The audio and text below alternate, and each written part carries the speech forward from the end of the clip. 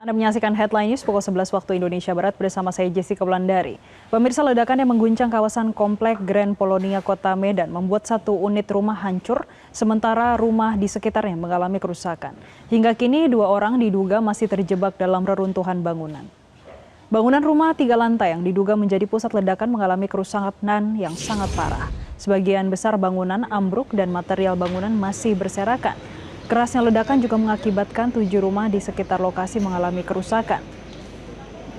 Kaca pecah, dinding retak, pagar roboh, dan beberapa kendaraan terparkir ikut rusak tertimpa material bangunan.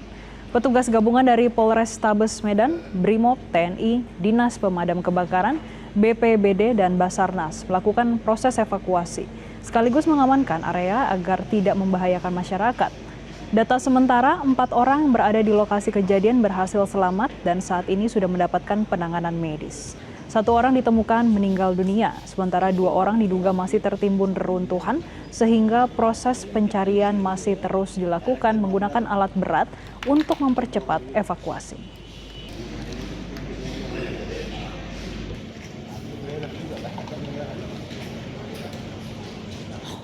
Untuk informasi terkini dari lokasi kejadian, kita langsung bergabung dengan jurnalis Metro TV Edi Sembiring. Edi, bagaimana proses evakuasi korban yang masih tertimbun hingga saat ini? Jessica dan juga pemirsa, evakuasi 2 korban yang masih tertimbun masih terus berlangsung hingga saat ini. Tim gabungan dari Basarnas, BPBD, TNI Polri maupun pemadam kebakaran masih berusaha menyisir runtuhan bangunan akibat ledakan. Data sementara yang kami peroleh di lokasi terdapat sebanyak 7 orang yang menjadi korban saat peristiwa terjadi dan 1 orang dipastikan meninggal dunia, yaitu istri pemilik rumah. Sementara 2 orang lainnya hingga kini diduga masih terjebak di lantai 2 bangunan yang runtuh. Keberadaan kedua korban masih terus dicari oleh tim penyelamat yang bekerja dengan sangat hati-hati karena kondisi bangunan dinilai masih labil dan berpotensi mengalami runtuhan. Posisi korban diduga berada di lantai 2 rumah dan sementara korban lainnya berhasil selamat dan kini menjalani penanganan medis di rumah sakit. Salah satu korban yang selamat merupakan korban anak yang berusia masih 2 tahun. Seluruh korban selamat mengalami luka dengan tingkat keparahan yang berbeda dan saat ini masih mendapatkan perawatan intensif dari tim medis. Pemirsa, proses pencarian korban terkendala material bangunan yang tertumpuk dan struktur rumah yang sudah tidak stabil membuat evakuasi tidak bisa dilakukan secara tergesa-gesa. Petugas harus memastikan setiap langkah aman agar tidak membahayakan korban yang diduga masih berada di dalam maupun personel penyelamat. Untuk mempercepat proses evakuasi, petugas juga telah mengerahkan alat berat berupa ekskavator dan juga kren. Namun penggunaan alat berat dilakukan secara bertahap dan sangat hati-hati.